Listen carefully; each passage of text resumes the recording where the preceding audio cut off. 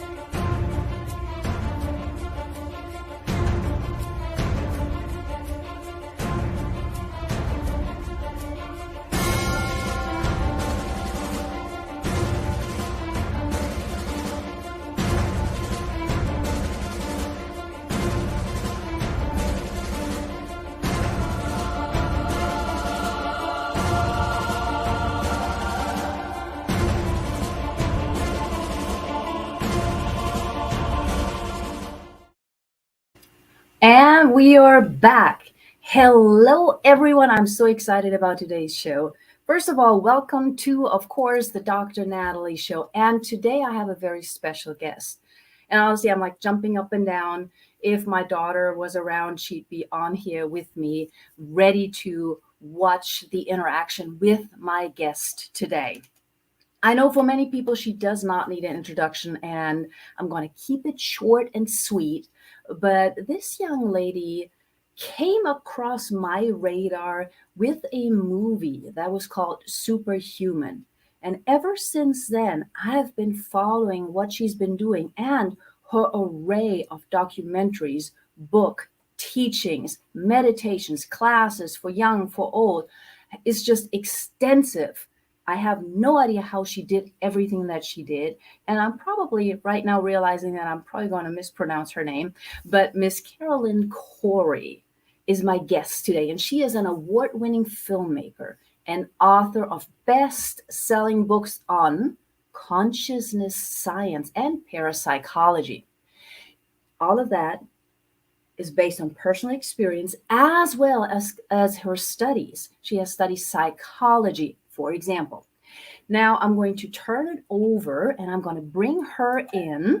Hello and welcome. Hey, Natalie, thanks for having me. I am so excited. I just mentioned it before, but of course there is the documentary movie Superhuman. There's the documentary Among Us. There are books. There are so many things that you have done aside from also lecturing, holding classes, creating what I consider your own brand of meditation and teachings with Omnium and, of course, Omniverse. So can you tell the audience just a little bit about you, how you got started, and how you got to where you are today? Oh, yes. First of all, thanks for having me. I love the rule breaker. Let's get ready to break some rules already. Yes. Yeah. So, and I feel like that's exactly what happened with me. I think I was breaking all the rules since I was 5 years old. You know, I had this one experience where all of a sudden I could see subtle energy, meaning I could see things that weren't supposed to be there or other people couldn't see. I could sense what people were going through. These types of experiences since I was a child. And so for the longest time, I wondered how I was doing this. You know, instead of people ask me, well, did you tell your parents? Did you tell anybody? Well, I didn't really tell anybody because I thought everybody was doing that. I thought it was very natural to tap into intuition or being sensitive to subtle energy. So because of that, I just kept it to myself, and I kept wanting to understand how it's possible for my brain to pick up information that I didn't know anything about. How can I know something about someone if they didn't tell me? How could I see something on the other side of a wall? I mean, it sounds crazy. Um, and so that got me into the field of consciousness, because of course in school I studied psychology. I have a major in psychology, but that didn't answer any of the questions. So I got into the field of consciousness very deeply. I developed methodologies for meditation, for certain, expanding your ability. So that's how I was teaching, training, writing books. And eventually I was like, wait, this is real. People are manifesting these things. I mean, we're getting validation after validation that this healing methodology or this technique actually works. So we may not understand all of the mechanic, but it does work. So this is where I said we need to be talking more to the mainstream. We need to be putting it out there, and of course you do that with film.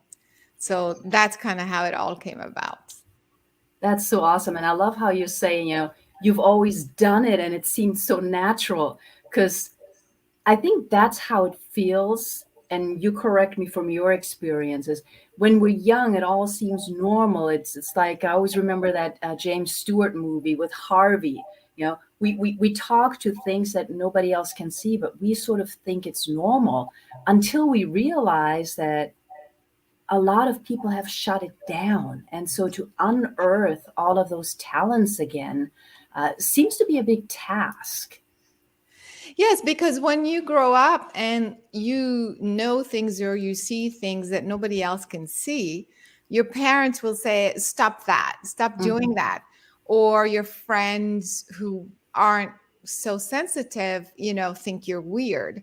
So, so you don't talk about it. You're embarrassed, so you shut down. And so, many years later, that's your belief system that maybe I shouldn't be doing this. I shouldn't be.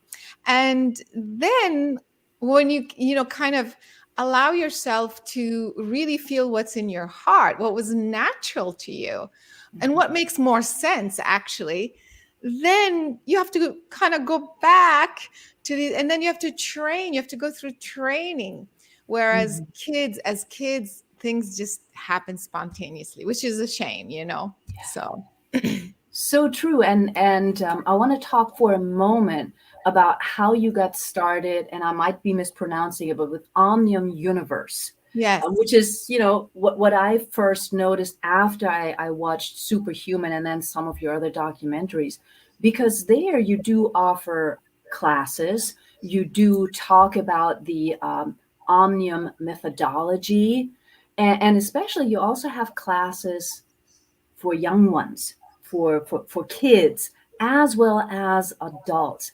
How did you come up with that method?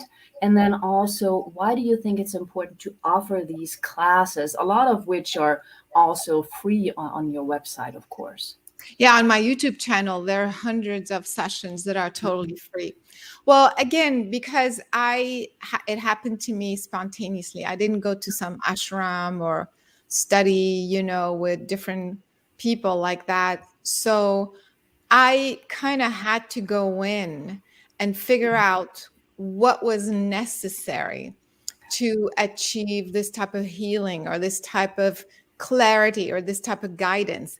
And I would kind of test myself, like, okay, if I did that, what experience do I have? Or sometimes I would hear people talk about, transcendental meditation or this or that. So I would try different things, but none of it made sense. I mean, it wasn't exactly what I was experiencing. And so I realized that a few things needed to happen.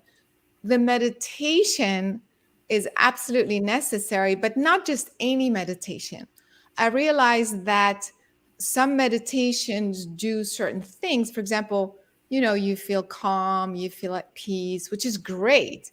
But is that what you need for receiving guidance? Maybe, Mhm. maybe not. Maybe there's, you see what I mean? So I would kind of Yes. test myself this way until I figured out the meditation that works the best, that I Mhm. felt works the best. And I called it connecting to source, Yes. because at the end of the day, um, source is the intelligence of the universe. It's your universal consciousness. So you're basically going back to who you really are, and that universal you knows everything, is everything. And so why go through something outside yourself, if that makes sense? Mhm. This meditation, basically you are realigning your, what I call brain channels, the way you're pointing your brain channels to pick up information. And it's as if you're creating a pathway, a bridge directly from this physical brain to source, what I call Mhm. source. And even if your human self doesn't know what it is, your higher self knows. And when you do that very specifically with the frequency of the voice, the guided meditation, you kind of raise your vibration. So it's almost like, I'm sure people have heard and or talked about fear, anxiety, all of these feelings and emotions have a frequency. It's a very low frequency. And so you can't create, you can't have guidance, you can't heal when you are in this lower frequency.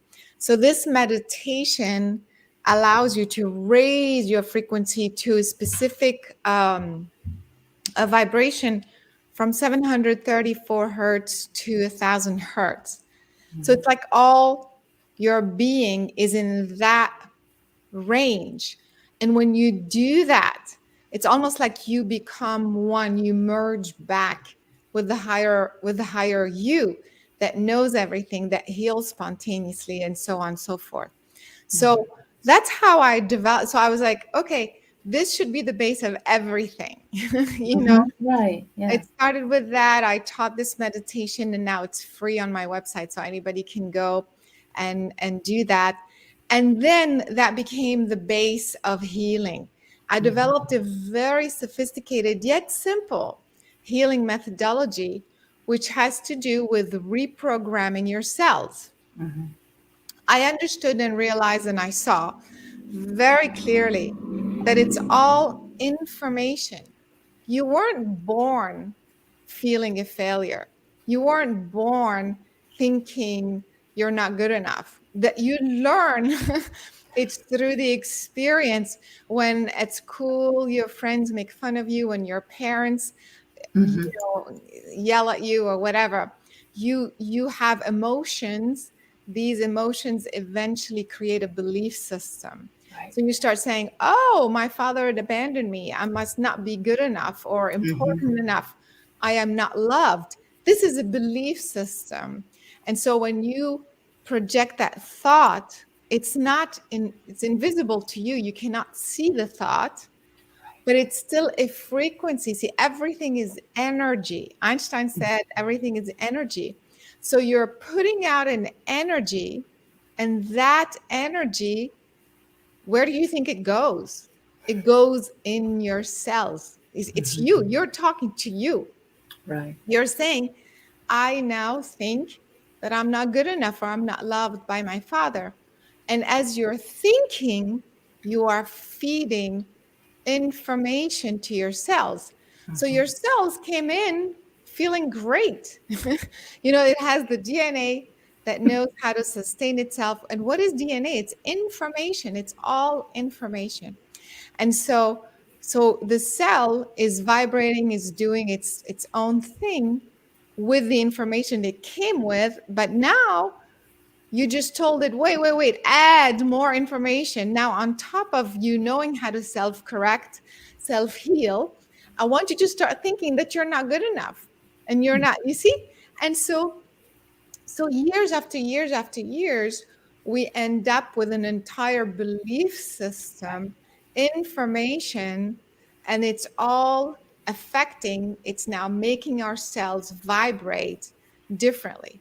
when Mhm. when we first came in, they were vibrating at this original vibration of 1,000 hertz, and then the more you add lower vibration, they start to slow down, slow down, slow down, until they get messed up. Mhm. you know and it's like, wait a minute, my liver is supposed to be vibrating this way, but now it has to go slowly and not be able to absorb food Mhm. and nutrition. And so this is how it works. And eventually you get sick, eventually you attract the wrong relationship, eventually you can't create. So it's all information. So Mhm. the healing methodology is to know which information you put in which cells, in which organ, and to basically undo it. Right. You see. So That's it's all, awesome. yeah, so it's all reprogramming. You Yes. programmed yourself. Now you can deprogram and reprogram. And so then it's a very sophisticated but easy Mhm. methodology. It's all on the website. And then it was the books, and then it was, and then then of course we want the children to start being this way, being conscious, and know how to self-maintain, self-heal, Mhm. self-repair, be conscious of what they're putting in their body. And that's the reason why there are some courses for kids, and then it Mhm. goes into the more advanced stuff that you saw in Superhuman. I love that. I love the way that you're explaining it with the vibrations and the frequency, because we often talk about self-talk, and we talk about returning, like I talk about returning to your own brilliance, because it's all there. So we just need to understand that we have the power to do it. And of course, then we need some kind of tool to do that. And there are various tools that might work for us. And you just mentioned your book. So there's, of course, visible and invisible. And then the other one that I found so fascinating is the one, The Divine Plan. And that goes 20 to 50. Yes. So you're going all the way out there. What's in that book that makes it fascinating? Oh my God. This is the much bigger story. It's not just how to self-heal, self-correct, and that good stuff, which is pretty interesting already. But why are you here in this physical body at this particular time? How are you contributing, or are you contributing to the collective human consciousness? Why is that relevant? Why is that important? Where is humanity headed? So all of these questions are answered in that book. So it's a much bigger, larger scale, also to try to see, how did we get here? I mean, look around, we're a mess, you know? And so in this book, I mean, come on. I mean, like, I'm with you. I'm seriously? with you. I'm just I yes. mean, like, how is it possible to think that it's okay to have human trafficking, or have poverty, and or allow certain things to exist? Like, it's mind-boggling to me that the human consciousness is capable of even going there. And Mhm. so, because the original DNA creation happens, like let's say, think about it as an original divine DNA. Okay, before Mhm. you are human, that DNA is resonant, or is coherent with the universe, the universal. Like, whether we like it or not, this species, this planet, is part of a galaxy, which is part of a larger configuration of planets and galaxies, which is part of a universe, which is part of a multiverse. Mhm. So we can't all of a sudden say, oh, we could do whatever we want, is free will on this one planet. No, because what happens is that if you are part of this larger body, think about it as your own body. Let's say the liver all of a sudden decides, okay, I'm going to freak out. I'm not going to listen to, receiving the proper nutrition, the proper Mhm. bloodstream, the proper whatever oxygen, the proper chemistry to kind of continue existing, because the original creation, whatever it may be, a planet or an intelligent species, is based on thriving. It expands, it thrives, it doesn't self-destruct. Even on a local level, when it self-destructs, is to create a Mhm. bigger a version of itself. Right. It's not to stop existing. And Mhm. so, because that is our original DNA, so to speak, the liver, when it starts freaking out and say, okay, I'm separate from the body, I'm going to do my own thing, I have free will. Well, what happens? Because it's still part of the body, whether we like it or not, the body has an instantaneous immune system that's going to say, uh-oh, there's something happening down there. Let me send the right, white blood cells or red blood, whatever, Mhm. whatever, the nervous system changes, the endocrine, everything gets activated to bring back the balance. Mhm. So you don't even have to do it. Your immune system is going to spontaneously do that. So it's the same thing with the planet Earth and the universe. When on Earth we say it's okay, let's go kill the planet, let's go destroy the environment, or let's go do this and that. Yes, but you're not the creator of the universe in Mhm. that sense. You are still part of the larger body.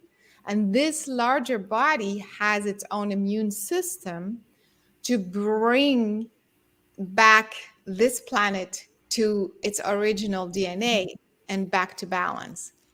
So Interesting. that's what the divine plan is. It's like, how do you do that? How is Mhm. it being done?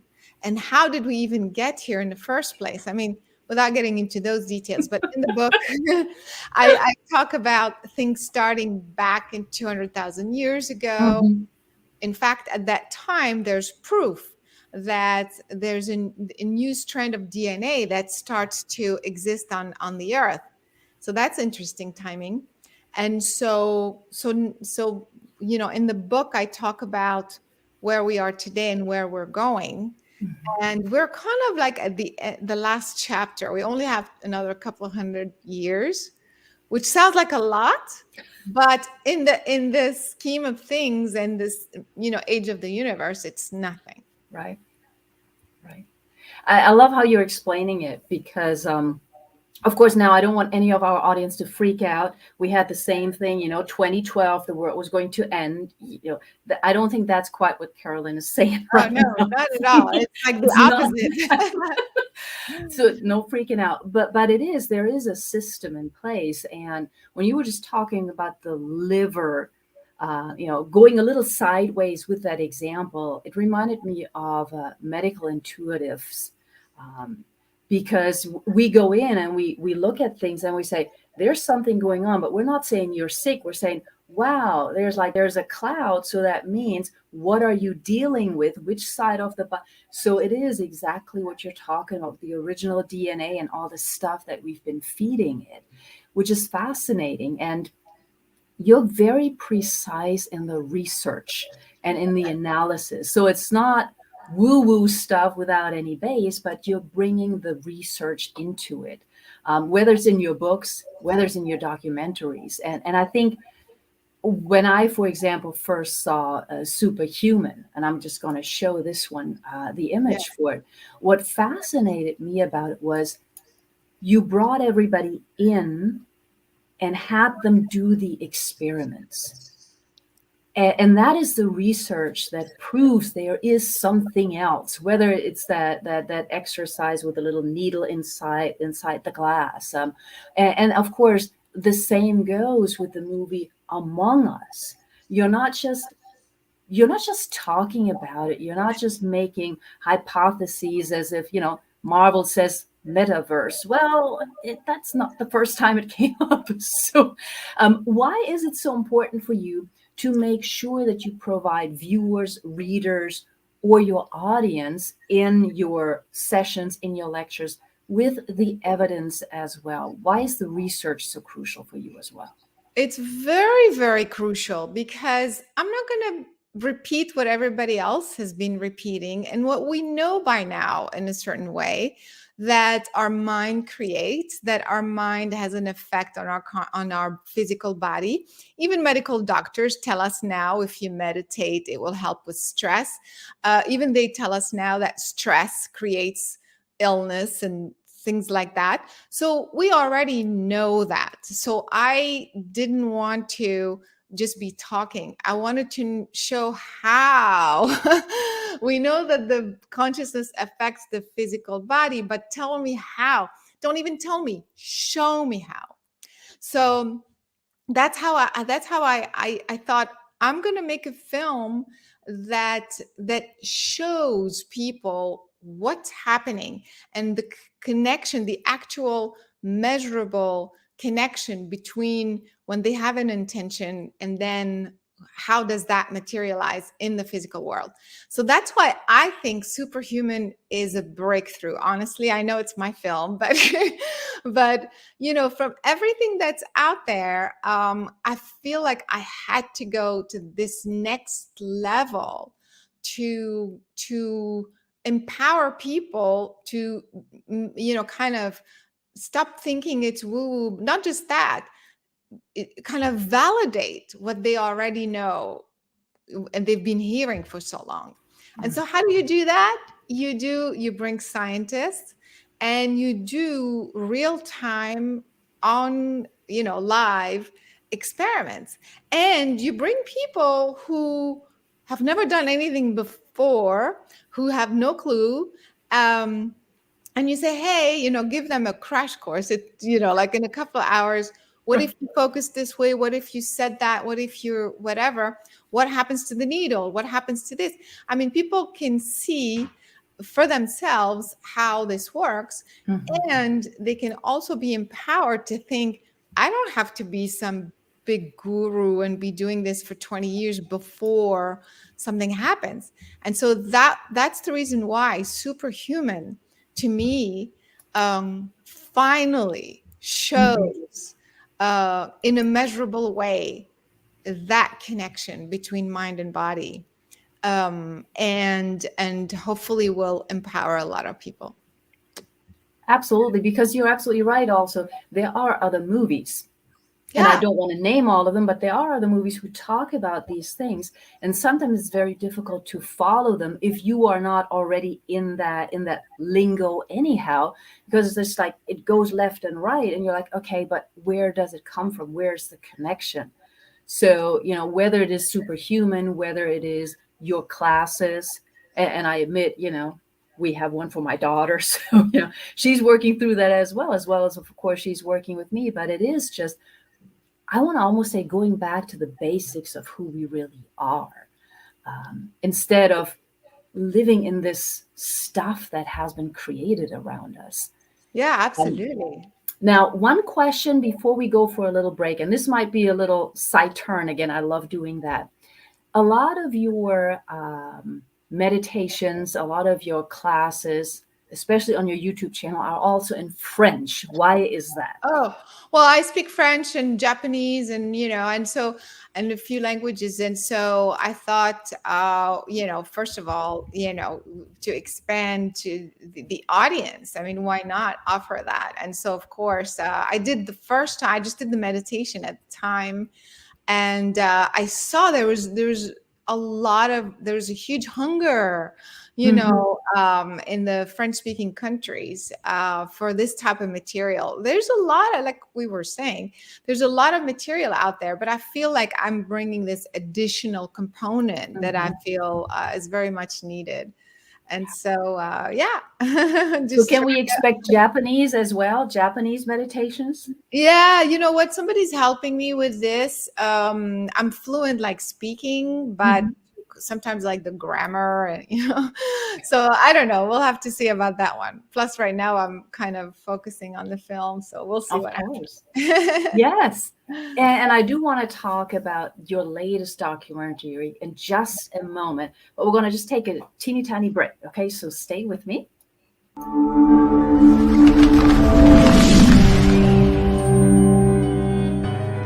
Welcome to the Los Angeles Tribune page. Here you will find original news programming, exclusive digital events, and shows that are directly from the community. At the Los Angeles Tribune, we believe in giving a voice to the voiceless. We are proud to be the only national brand to empower everyday people to make a difference. Since 1886, our reputation has been built on truth and responsibility. Thank you for watching and making a difference. For general inquiries, contact today. Thank you on behalf of the Los Angeles Tribune team.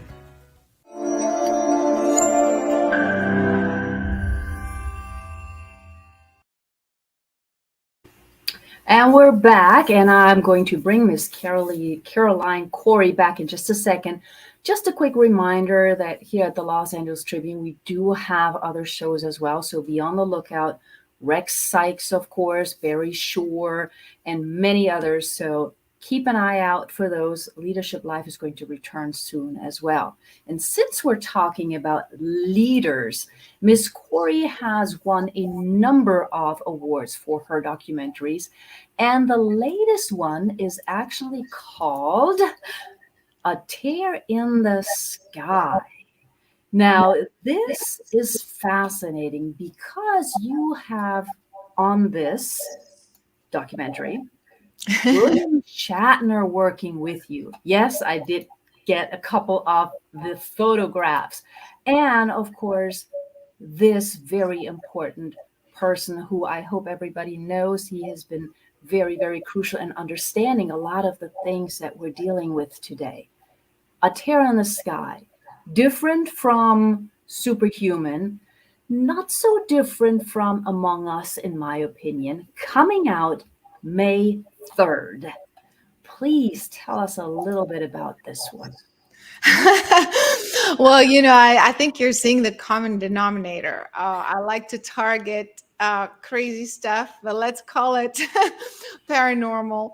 And so again, this one is another paranormal subject, which is UFOs. And I feel that my work as a filmmaker is to make all these topics, the paranormal, normal. And so how do you do that? You do that by bringing science, by doing it scientifically, by setting up the premise and demonstrating it on camera scientifically. And so I was going to do actually the sequel of Superhuman, but all of a sudden I got inspired to do something with the UFO world. And I don't know if people have been watching, but the last couple of years, we've had a lot of information come up from mainstream media with the Navy and Pentagon releasing these videos of these tic-tac objects that are flying in our skies over the Navy ships. And of course, they're saying they admitted that it's real, and they just don't know what they are. So I thought, okay, that's an interesting subject. What can I do with that one? And so, but it actually all came together. Mm-hmm. So I wanted, again, to do it scientifically because there's no one's ever done anything like this before. So I teamed up with this group that had the Navy guys who were on the ship. And they had scientists on board. Mm-hmm.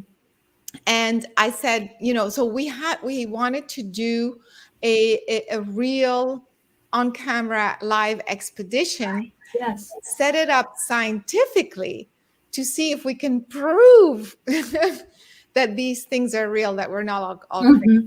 So that's kind of how we did that. Mm-hmm. It's never been done before. It's a first in this whole world.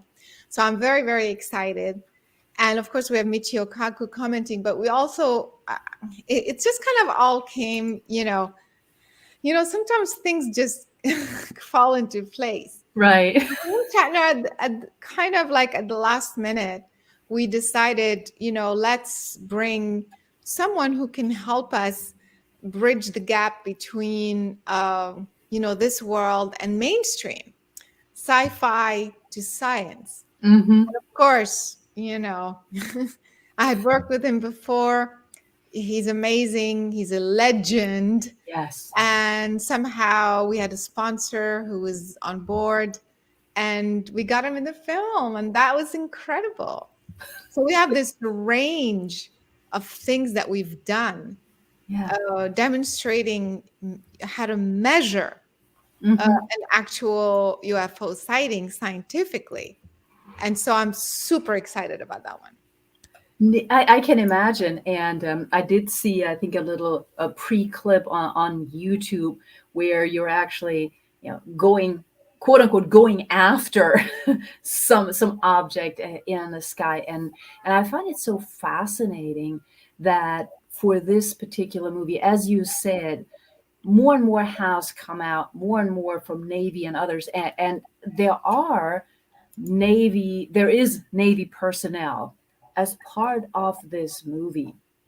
So my question to that is, was that difficult? Because I know that a lot of times when you're working for a government, whether it's the US government or anybody else, there are a lot of restrictions of what you are allowed to say and what you're not allowed to say. No, actually, these guys, most of them had retired from, because I got the guys who first saw, like, the very first Tic Tac, those objects in 2004. Okay. So they had retired by then. And what happened was more ships, the USS Omaha, the USS Kidd, continued to see those same objects afterwards. So I got the original guys. So, and I don't know about what kind of agreement they have, but they said it all in my film. And so I guess there's no restriction at this point. I'm not sure. But but also, the trailer's out. The film is available actually for pre-order, so people can just go ahead and get it. Awesome. And maybe we can post the trailer and the link as well for people to find it. Because whether you believe in UFOs or not, whether you had an experience or not, the film, the way it's done, just brings so much credibility to a subject that is so controversial, even though the Pentagon and Congress have been talking about it. Congress came up with a report. Congress, finally. And now, I don't know if you heard, but like literally 2 weeks ago, they declassified a 1,500-page document report, the Pentagon, talking about the effects of coming in contact with UFOs. Wow. People having burns, radiation burns, and things like that. All sorts of, symptoms, all the way to abductions. Okay, I was going to ask about abduction. Abductions and unwanted, like unaccounted for pregnancies. I mean, just like me saying that, it sounds so crazy. This is the Pentagon releasing these files. So if this wasn't true, why are they even looking into this? Why are they having reports?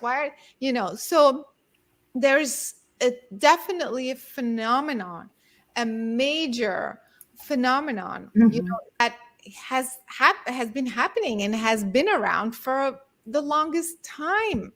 And so, but the question is, how come people would say, well, I never saw a UFO. How come, right? How come like the extraterrestrial don't show up on, the White House? My doorstep.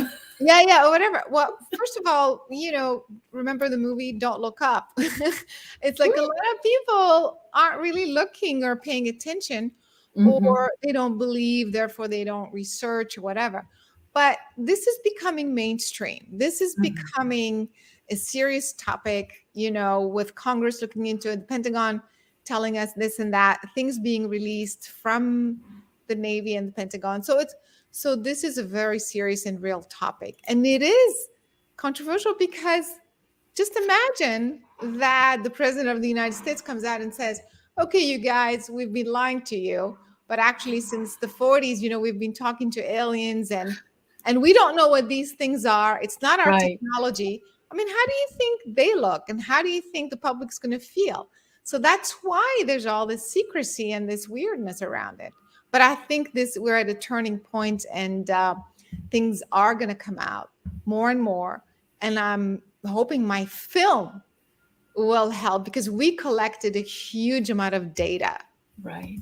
So I think it's a very timely and very important film. So now, of course, I have to turn it around completely. Because I'm with you. Whether I see it or not, I know something's there. I don't think we're the only ones. And, being who I am, I've got certain connections that I believe are real, but who knows? However, whenever something gets publicized by the government, there are immediately the groups of people coming out saying, see, it's a conspiracy. It's not real. I mean, I'm just thinking about the moon landing. Yeah. So how do you now make sure that people understand, or can you even make sure that people understand this is not a hoax by the government? I think your movie helps with that. I think your documentary does.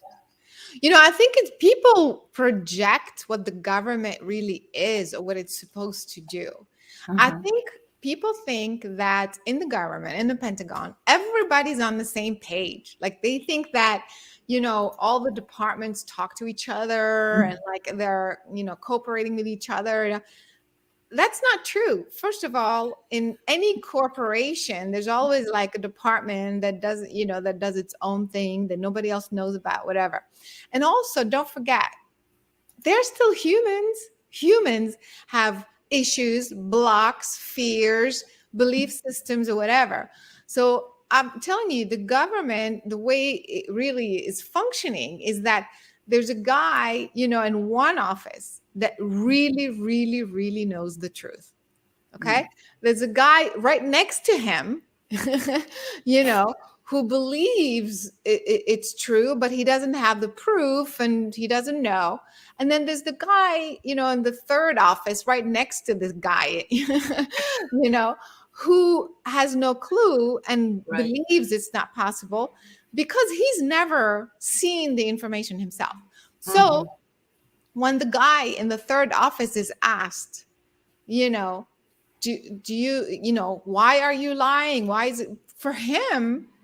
He's not lying because he was never briefed on these things. He's never seen documents because his position or whatever, his department is not supposed to know. So he's telling the truth, but that's not the entire truth, but that's the truth.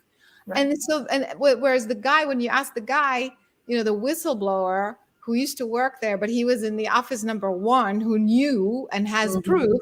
Now he's coming out and saying, look, the report, and we did do this, we did do that. We had $22 million budgets for this and this and that. So us, from the outside, we see this guy from the government and that guy from the government. Right. Of course we're going to be confused. We're going to say, wait a minute, there's some sort of conspiracy going on. Trust me, I'm not defending the government. I'm just trying to say I'm not defending anybody. I'm just kind of painting the picture how our expectations, right, that the government is going to come out and tell us the whole story. No, because some of them really don't have the full story. So that's the problem with waiting for the government to tell us everything. That's why they should tell us what they know for sure. But we also are supposed to be out there and doing the research, which is what I did in the film. Yeah. Awesome. So one question about your crew. You've got the Navy experts, you've got William Shatner, you've got astrophysicists. I mean, you have a whole lot of experts there. And then you have the amazing people behind the camera, the director of photography, You've got the person running the camera. You've got editing. You've got all of that. Is that a team that you use for everything, or did you put it together just for this particular documentary? Well, actually, for this film, this was a new crew. There are a couple of people from before, in terms of production, helping with storyline and things like that. But this was at a whole different level. I mean, I think Superhuman was very, very well done, but this was at a whole different scale. I mean, we're talking, first of all, the cinematography is, we filmed in like 5K with red cameras, and because we were in multiple locations, um, over multiple days nonstop, we had to have a massive crew with all of this equipment. So I came across, again, you see how synchronicities happen, the best, most adorable, and so talented company. They're called Lux Angeles. They're in Los Angeles, and they had the equipment that I wanted. They had the structure that I want. The infrastructure that I wanted, and they're the best. Like, we really got along, which was very important because it was extremely stressful.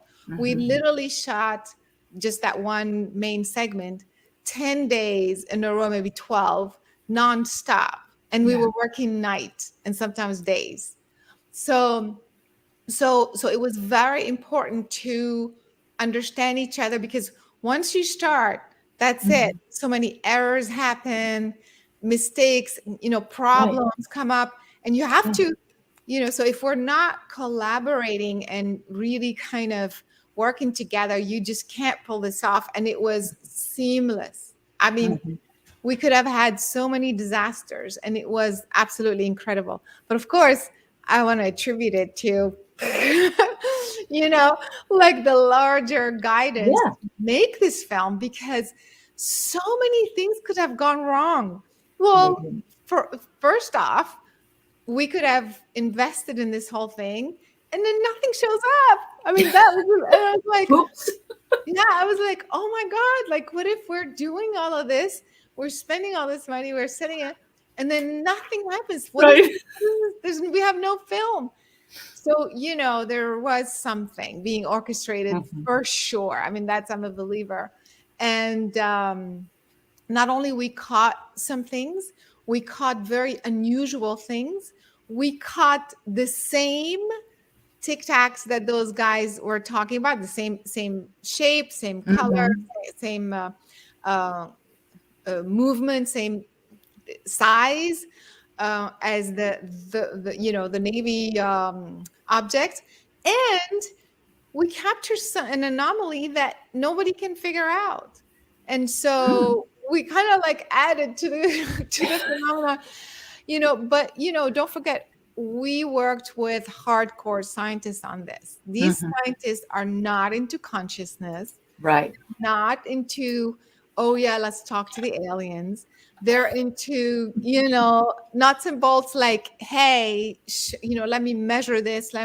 So these guys, which is good in a way, because these guys aren't going to see something and jump to conclusions and say, oh, it's a UFO, or believe this, or they're going to like analyze the heck out of it. They're going to be like, what if it's this? What if it's this? What if it's this? Right.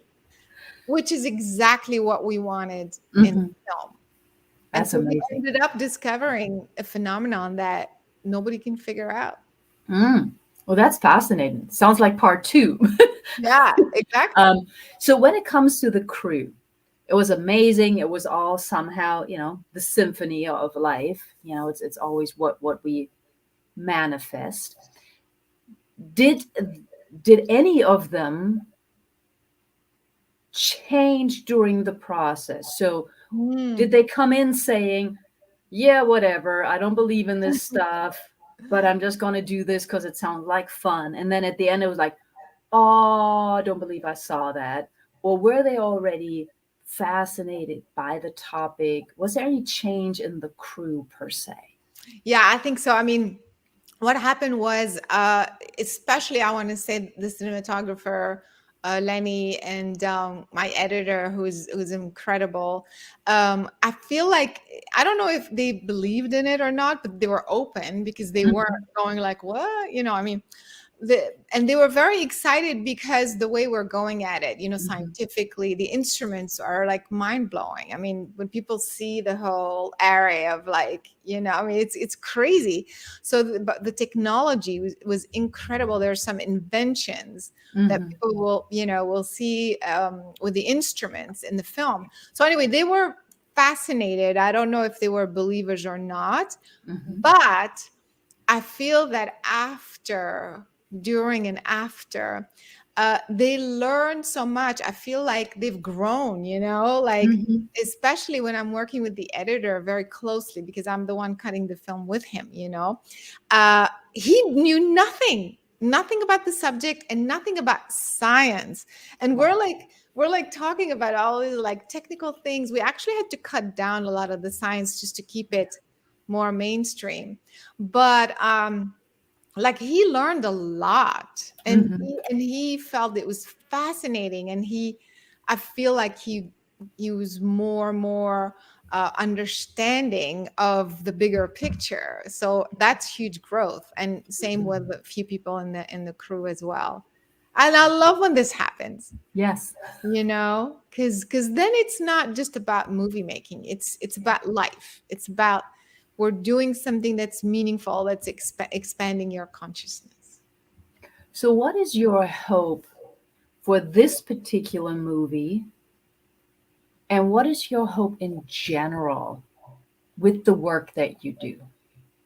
Well, with this movie, I really, really hope we reach more of the mainstream, as well as the believer crowd. Because, first of all, for those who already are into the subject, it brings so much more, again, credibility, validation, empowerment, so that, it's not just talking about the subject, is demonstrating, it's showing and proving in a very unique way and on a very large scale. I mean, the scientists are going to write a paper for peer review, which is unheard of, I mean, for in the subject. So that's what I'm hoping for people who are already into the subject. But then for the mainstream, especially now with the government and the Pentagon talking about these subjects more openly, I'm hoping that this film again brings even more validation, so that it becomes an easy and effortless conversation when we're talking about the subject. So that could spread into the mainstream even more, and then kind of like a revolving door, help with triggering more information to come out of the government. So I really hope people will support the movie just for that purpose, because secrecies about like this coming out, to finally the government telling us we have this technology, we don't have this technology, or this technology could be extraterrestrial. I mean, think about the implications. So how are they getting here? Are they communicating with us? Like, what else is happening?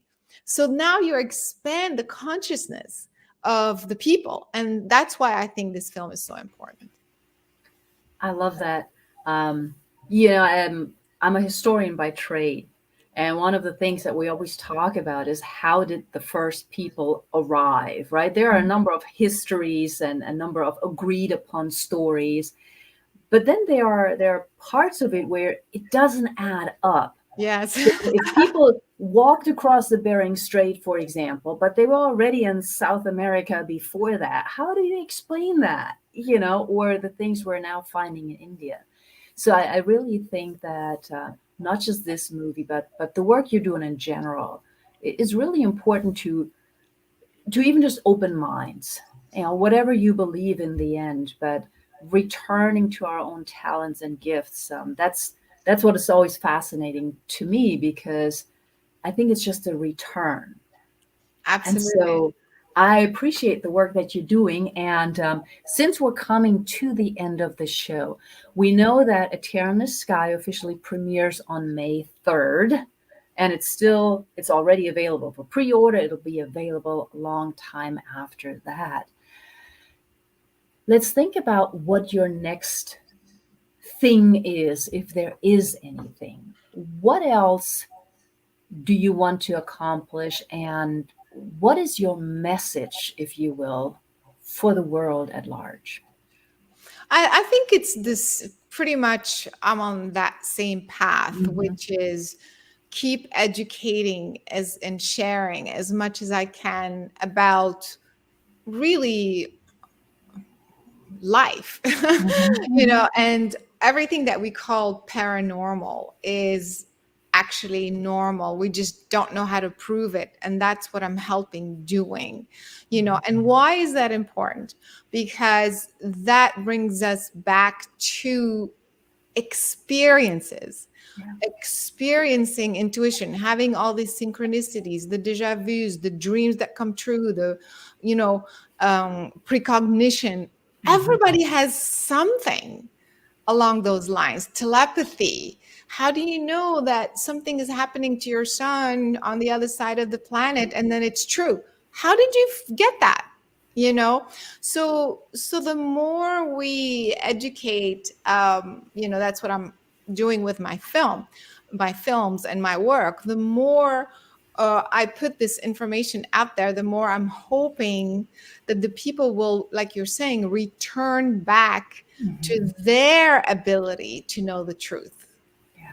You see, we don't have to wait for an organization outside ourselves to tell us what to believe in, that this is okay, this is not okay.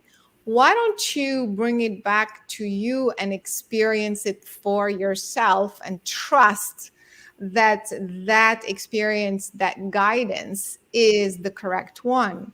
And so all the tools that I'm sharing, for example, on my website, there's the first class that I recommend is mastering your guidance system. How do you know you're not making it up? How do you know it's true? How do you discern? All of these are tools that you have to learn. It's just like you learn grammar in school, because we were shut down as kids, you have to kind of relearn. It's not that bad. It's just a few courses, it's a few classes, to bring it back to understanding how you work, how your consciousness works, how your guidance system works, how to trust and discern who you are. And when you start doing that, you also start to understand what you have come to do. Wait a minute, if I'm bringing this information and if I'm doing this and that, who am I? And why am I here now? So then you start to step onto a higher purpose, you see. So that's what I feel my whole work is about. Every film I'm going to make, even if I make a comedy, it's going to have that component because this is who I am. And in your Omni Media company, how can people support the work that you're doing? I think the more they do the work themselves, the more, again, I think they will benefit so much that hopefully they will be sharing it with others. So I think, that's how it supports me at the end, because then it helps me to continue creating more and more tools.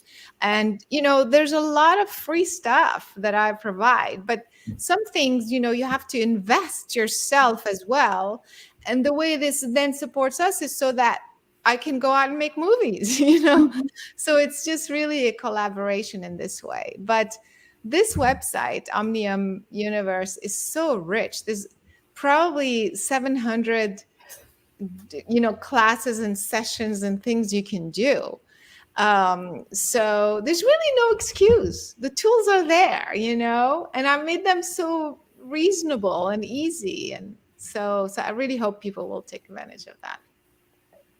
Thank you for saying there's no excuse. Yeah, because there isn't. Yeah, there isn't. Why people say, oh, because you're talented or he has a gift. No. It's just that everybody got the same treatment as kids. Nobody taught us about our guidance system. No. Nobody.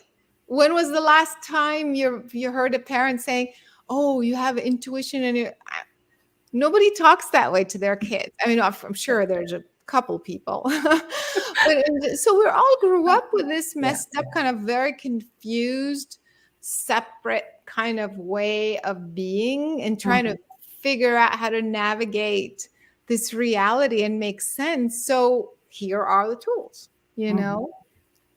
Perfect. Thank you so much, Caroline. It was a pleasure and honor. I learned a lot. Again, I can't wait for this movie to actually come out, but you just told me I can pre-order it. So, oh well, I have to figure that one out. Thank you for your time. I really appreciate it, and I can't wait to see what you do next. Thanks so much for having me. This was awesome. I appreciate it. Thank you.